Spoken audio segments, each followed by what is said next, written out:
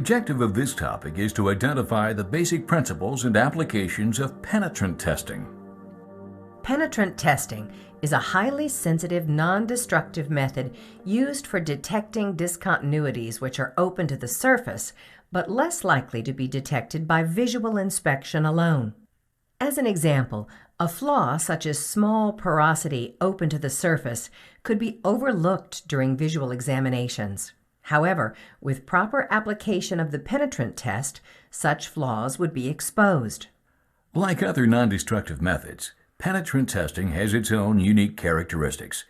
It relies on capillary action, which is the tendency for a liquid to redistribute itself into and between closely fitted surfaces.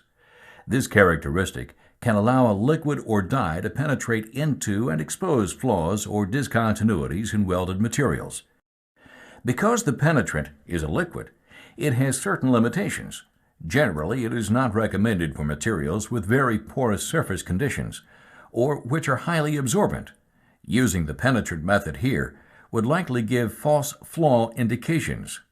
The two basic types of this test are fluorescent penetrant and visible dye penetrant. Both types have several variations, although both share the same basic procedure: the application of a liquid penetrant, removal of excess penetrant, and the application of a developer to draw the penetrant from any openings in the surface. The main concept of both types is the reading of two contrasting colors. In the case of fluorescent penetrant, the contrast is created by a dye which turns a brilliant yellowish green on a deep violet background when exposed to an ultraviolet light source, and is the more sensitive method. Visible dye penetrant is used under normal lighting and normally appears as a bright indication on a white background. This method is quite easy to apply and needs no special equipment.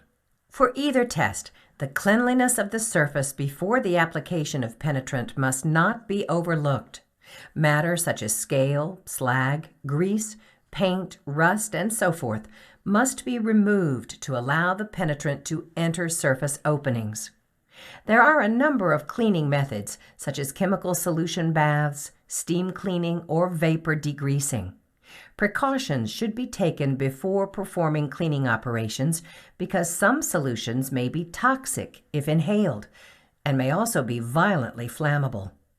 Grinding, chipping, machining, or shot blasting should be avoided since these processes could mask small discontinuities and prevent accurate inspection.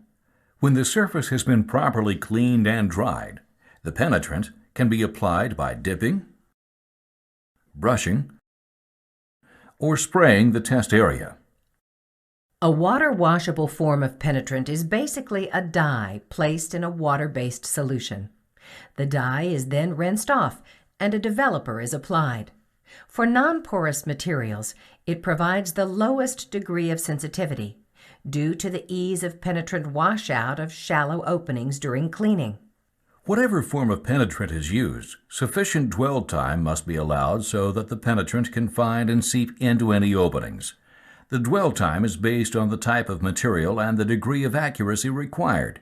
Longer times allow the flow of penetrant into more and smaller openings. Refer to the testing procedure or manufacturer's recommendations for specific times. Generally, the dwell time can range from 1 to 35 minutes. When the dwell time has elapsed, the excess penetrant is removed by the appropriate method.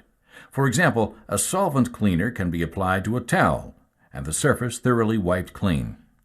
After the surface has been properly cleaned and dried, the developer is then applied.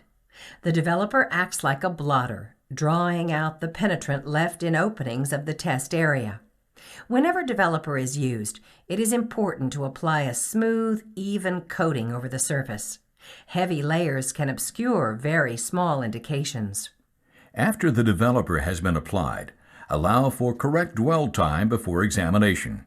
Usually, this is about half the penetrant dwell time, or whatever the test procedure recommends. Caution should be taken when performing this test on multi-pass welds. All penetrant must be thoroughly cleaned between every pass, since welding over test solutions could cause discontinuities to occur. Penetrant testing is an invaluable quality control technique. However, like visual testing, care must be taken in drawing conclusions. For example, the depth of a flaw cannot be reasonably measured. The inspector can only see penetrant indications that appear on the surface. In general, though, the larger the flaw and the longer the time allowed for penetrant bleed out, the larger the indications will appear. But because the amount of bleed out is based on the volume of the opening and not the depth, accurate depth measurements are not possible. In conclusion, remember that the proper application of this test is based on the steps discussed and by following the details of the written test procedure.